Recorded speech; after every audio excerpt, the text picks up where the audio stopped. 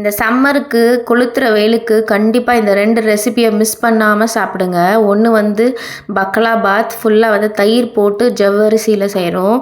இன்னொன்று வந்து பார்த்திங்கன்னா ஜில்லு நம்ம வயிறுக்கு வந்து குளு குளுன்னு இருக்கிற மாதிரி ஒரு சர்க்கரையே இல்லாத ஒரு சூப்பரான கீர் தான் செய்ய போகிறோம். ரெண்டுமே வந்து செம்மையாக இருக்கும். கண்டிப்பாக சேனலுக்கு ஃபஸ்ட் டைம் வரீங்கன்னா சப்ஸ்கிரைப் பண்ணிவிட்டு பாருங்கள்.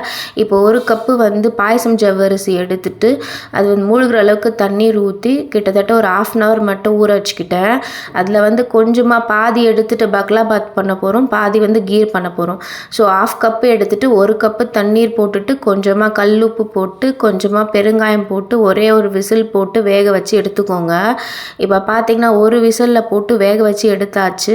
எடுத்ததுக்கப்புறம் பார்த்திங்கன்னா குக் ஆகவே இல்லை சரியா. சப்போஸ் நீங்கள் வந்து இந்த மாதிரி குக் ஆகலைன்னு நினச்சிங்கன்னா 5 hours ஊற வச்சுட்டு ஒரே விசில் போட்டிங்கன்னா சூப்பராக குக் ஆகிடும். நான் வந்து பார்த்திங்கன்னா ஜஸ்ட் 1/2 hour தான் ஊற வச்சேன் இல்லையா, ஸோ அதனால் ஃபுல்லாக குக் ஆகலை. ஸோ அகெயின் வந்து ஒரு விசில் போட்டு எடுத்துக்கிட்டேன். உங்களுக்கு முடிஞ்சால் வந்து நீங்கள் வாட்டர் போட்டுட்டு குக்கரே இல்லாமல் அப்படியே வந்து வேக வச்சு எடுத்துக்கலாம். இன்றைக்கி பார்த்திங்கன்னா அதுக்கப்புறம் 2 விசில் போட்டதுக்கப்புறம் சூப்பராக இந்த மாதிரி வெந்துடுச்சு. வெந்துதா இல்லையான்னு பார்க்குறதுக்கு கையில் இந்த மாதிரி எடுத்து பாருங்கள், க்ரஷ் பண்ணி பார்த்தோன்னே சூப்பராக வெந்துட்டுருக்கும். இந்த வெந்ததுக்கப்புறம் நல்லா சூப்பராக கூல் பண்ணிவிடுங்க. கூல் பண்ணதுக்கப்புறம் ஒரு கப்பில் ஆட் பண்ணிவிட்டு வீட்டில் ஊற வச்சு தயிர் ஆட் பண்ணுங்கள். வெளியே தயிர் வாங்கி சாப்பிடாதீங்க. ஏன்னா அதில் வந்து ஏதோ அடல்ட்ரன் மிக்ஸ் பண்ணுறாங்க, அது புளிப்பே ஆகாததுக்காக.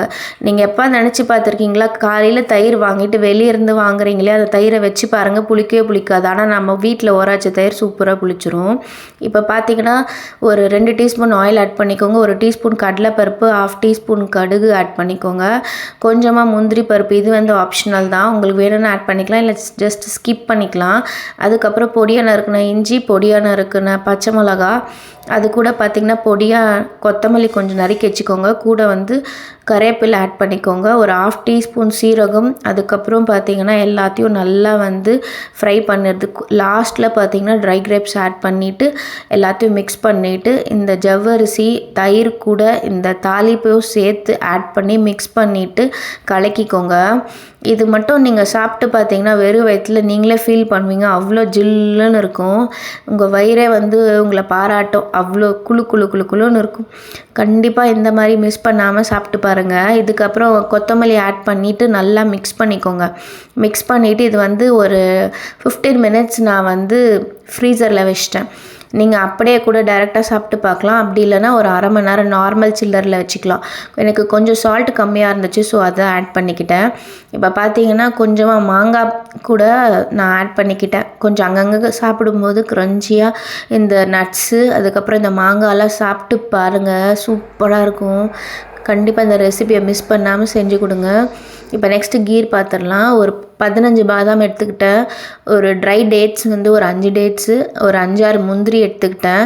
அது கூட பார்த்திங்கன்னா ஒரு 5-6 பிஸ்தா எடுத்திருக்கேன். எல்லாத்தையும் வந்து சோக் பண்ணிக்கிட்டேன். கூட வந்து ஒரு டீஸ்பூன் மக்கானா மட்டும் ஆட் பண்ணிக்கிட்டேன். மக்கானாவில் வந்து ரொம்ப நல்லது. இது எல்லாமே வந்து ரொம்ப ஹெல்த்தியாக ஆட் பண்ணியிருக்கேன். நான் சுகரே இங்கே ஆட் பண்ணல. இப்போ பார்த்திங்கன்னா நம்ம மீதி உள்ள ஒரு 1/2 கப்பு ஜவ்வரிசி வந்து பக்லாபாத் பண்ணோம், 1/2 கப்பு வந்து நம்ம கீர் பண்ணோம் இல்லையா. இப்போ இந்த 1/2 கப்பு கூட ஒரு 2 கப்பு தண்ணீர் போட்டு ஒரு சிம்மில் வச்சுட்டு வந்துடுங்க. அது வெந்துகிட்டே இருக்கிறதுக்குள்ளே இந்த ட்ரை டேட்ஸில் இருக்கிற சீட்ஸ் எல்லாம் ரிமூவ் பண்ணிவிட்டு அதுக்கப்புறம் பாதாமில் இருக்கிற அவுட்டர் கோட்டெல்லாம் ரிமூவ் பண்ணிவிட்டு இப்போ எல்லாத்தையும் இதில் இருக்கிற நல்லா சோக் ஆகிருந்துச்சு. கிட்டத்தட்ட நான் ஒரு 1/2 hourலேருந்து 1 hour ஃபுல்லாக நல்லா சோக் பண்ணிக்கிட்டேன். ஏன்னா ட்ரை டேட்ஸ் வந்து ஊறுறதுக்கு கொஞ்சம் நேரம் ஆகும். நான் வீடியோக்காக இந்த நார்மல் டேட்ஸ் போட்டிங்கன்னா உங்களுக்கு வந்து கலர் மாறிடும். ஸோ அதனால தான் நான் ட்ரை டேட்ஸ் போட்டேன், அந்த எல்லோவிஷாக வரத்துக்காக. உங்களுக்கு வேணும்னா நீங்கள் வந்து ட்ரை டேட்ஸை ஸ்கிப் பண்ணிவிட்டு நார்மல் டேட்ஸை பேஸ்ட் பண்ணிக்கோங்க. இப்போ பார்த்திங்கன்னா ஒரு கரெக்டாக ஒரு 10 நிமிஷம் பார்த்திங்கன்னா சூப்பராக குக் ஆகிடுச்சு ஜவ்வரிசி. அதுக்கப்புறம் இதை வந்து ஒரு ஃபில்டரில் போட்டு ஃபில்டர் பண்ணிவிட்டு நீங்கள் அப்படியே யூஸ் பண்ணிங்கன்னா அந்த மேலே இருக்கிற அந்த ஜவ்வரிசியோட அந்த பதம் வந்து அப்படியே இருக்கும். ஸோ அதனால் மேலே வந்து கொஞ்சமாக ஐஸ் வாட்டர் ஆட் பண்ணிவிட்டு அது மேலே ஒரு 2 வாட்டி ஊற்றுங்க. ஊற்றுனதுக்கப்புறம் நல்லா ஃபில்டர் ஆகிடும். ஃபில்டர் ஆகி அப்படி ஓரமாக வச்சுருங்க. இப்போ நம்ம பாதாம் தோலெல்லாம் உரிச்சாச்சு. கூட ஒரு 3 ஏலக்காயோட விதைகள் மட்டும் ஆட் பண்ணியிருக்கேன். அதுக்கப்புறம் எல்லாத்தையும் போட்டு நைஸாக எவ்வளோ அரைக்க முடியுமோ அவ்வளோ அரைச்சிக்கோங்க. அப்படி இல்லைன்னா கொரன்னு அரைச்சிக்கோங்க. அங்கே எங்கே சாப்பிடும்போது கொர கொர நல்லாயிருக்கும் பல்லில் படும்போது.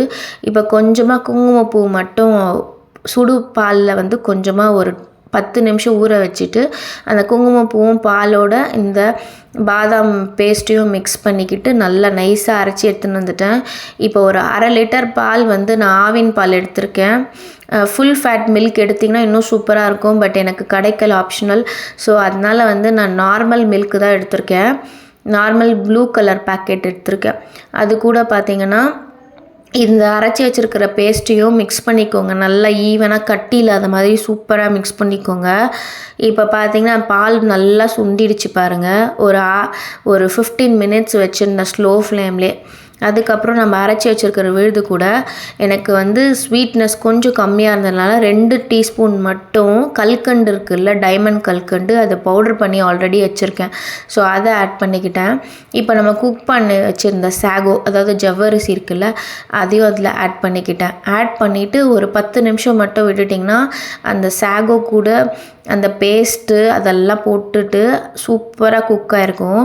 அதுக்கப்புறம் பொடியை நறுக்குன பாதாம் போட்டுட்டு சாப்பிட்டு பாருங்கள். சும்மா சில்லுன்னு இந்த வெயிலுக்கு உங்கள் வயிறு குளு குளுன்னு சூப்பராக இருக்கும். இது கூட பார்த்திங்கன்னா இதுதான் கன்சிஸ்டன்சி பார்த்துக்கோங்க.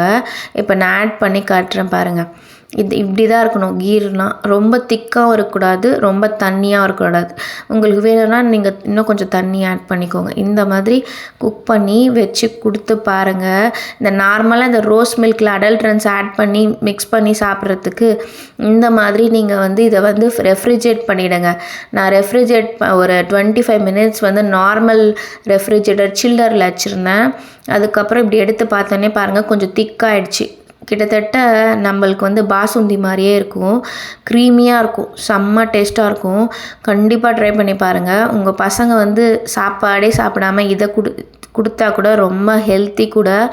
நீங்கள் இஷ்டப்பட்டு சாப்பிடுவாங்க. அவ்வளோ டேஸ்ட்டாக இருக்கும். கண்டிப்பாக ட்ரை பண்ணி பார்த்துட்டு உங்கள் கமெண்ட் பாக்ஸில் போஸ்ட் பண்ணுங்கள். பிடிச்சிருந்தா இந்த ரெசிபிக்கு லைக் பண்ணி சப்ஸ்கிரைப் பண்ணுங்கள்.